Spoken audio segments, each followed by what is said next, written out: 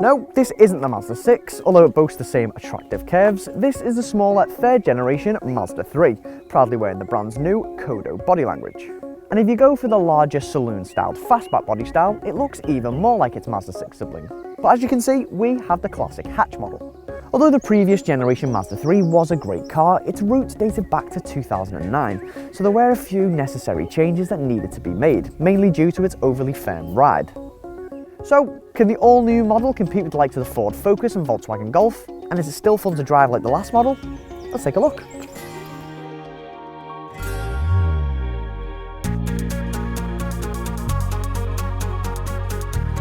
Well, first things first, Mazda has certainly acknowledged the complaints about the firm ride, as the suspension is now extremely supple, making long journeys much easier. The steering is also extremely well weighted and very responsive, giving you real confidence in the corners. There's also great grip. At first, the 6-speed manual gearbox may feel quite notchy, but as with many other Mazdas and BMWs in fact, you soon get used to this and learn that it's actually very sharp and direct. The engine we have today is a 2.2 litre 148 brake horsepower diesel, delivering plenty of low down pull and swift acceleration, reaching 62 miles per hour in just 8.1 seconds.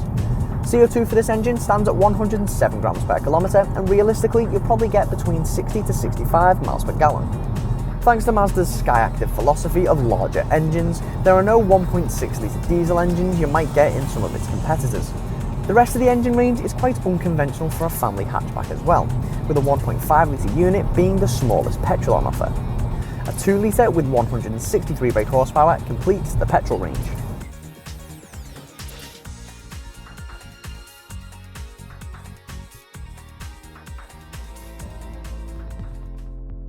Comfort in the cabin is very good, thanks to the likes of plenty of adjustments in the seating position, cushy seats, and the likes of this BMW S toggle here in the centre console. The Mazda 3 keeps up with the brand's reputation of well-equipped interiors, with 3 trims on offer, each offering a sat-nav-equipped nav notation. Standard kit on every model is pretty impressive as well, with Bluetooth, air conditioning, a 7-inch touchscreen, and a leather-wrapped steering wheel. Go for the flagship Sport Nav trim we have, and there are plenty of luxurious features on offer, like front and rear parking sensors, a 9-speaker Bose sound system, and this futuristic head-up display situated above the steering wheel. This displays things like your speed and sat-nav directions. Lane departure warning and high beam control are also safety features that are thrown in. One slightly annoying thing with the sat-nav though is it's quite hard to put an address in. Also, with your seating position, although there is plenty of adjustments, if you get it wrong, then you can't really see the head-up display behind the steering wheel.